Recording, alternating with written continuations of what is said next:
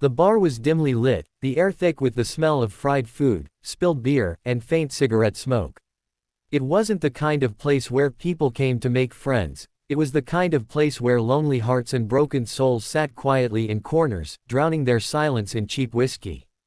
At a far corner of the bar sat Maria, a woman in her late 30s, dressed simply in jeans and a faded jacket. She wasn't flashy, she didn't wear loud makeup or draw attention, but her presence carried something unshakable, an invisible strength that people often overlooked until it was too late. Maria wasn't there to impress anyone. She had worked a long shift at the diner, cleaned up after people who never once looked her in the eye, and now she wanted just one thing, a quiet drink and a few moments to herself. But quiet is a luxury in a world where cruelty hunts down the gentle. The night turned when the bar doors swung open, banging hard against the wall, letting in a wave of cold air and rowdy laughter. 5 bikers strutted inside, their boots clattering against the wooden floor.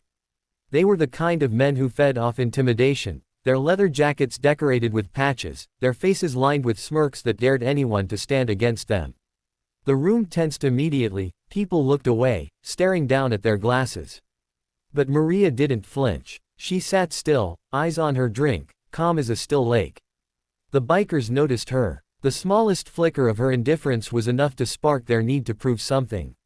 They swaggered over, circling her table like wolves. "Hey sweetheart," one sneered, slamming his palm down in front of her. "What's a simple lady like you doing here all alone? Don't you know this place ain't safe without company?" The others laughed, their voices echoing through the bar.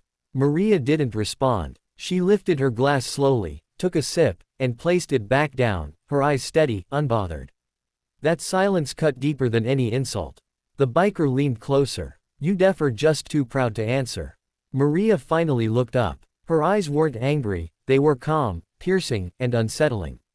"I came here to drink in peace," she said softly, her voice steady as stone. "You don't want to disturb that." The bar went silent. Nobody had ever spoken to them like that. One of the men laughed loudly, trying to break the tension, but his laughter carried a hint of nervousness. The leader smirked and reached for Maria's glass.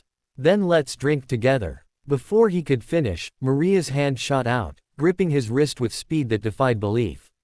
In one motion, she twisted, and the biker collapsed to his knees with a howl of pain. Chairs scraped as his friends lunged forward, but what happened next was a blur.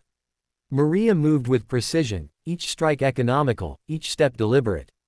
A chair toppled, a bottle shattered, and within seconds, 5 grown men lay groaning on the ground, staring up at the woman they had mocked moments before. Her breathing was calm, her posture relaxed, as though nothing extraordinary had just happened. The bartender, wide-eyed, stood frozen behind the counter. The patrons, who moments ago avoided the biker's gaze, now stared at Maria with awe.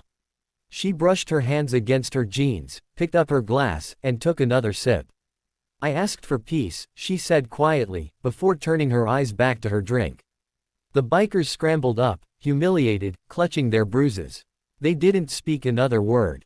One by one, they staggered out of the bar, their pride broken more than their bones. For the first time in a long while, the bar filled with a different kind of silence, not one of fear, but of respect. A couple of people even started to clap softly, though Maria ignored it. She wasn't here for recognition. As the bartender came over, still stunned, he asked, who are you?" Maria gave a small smile, one filled with quiet sorrow. "Just a woman who's had to fight more battles than you can imagine." Her story wasn't written in words but in scars, years of struggle, survival, and protecting those who couldn't protect themselves.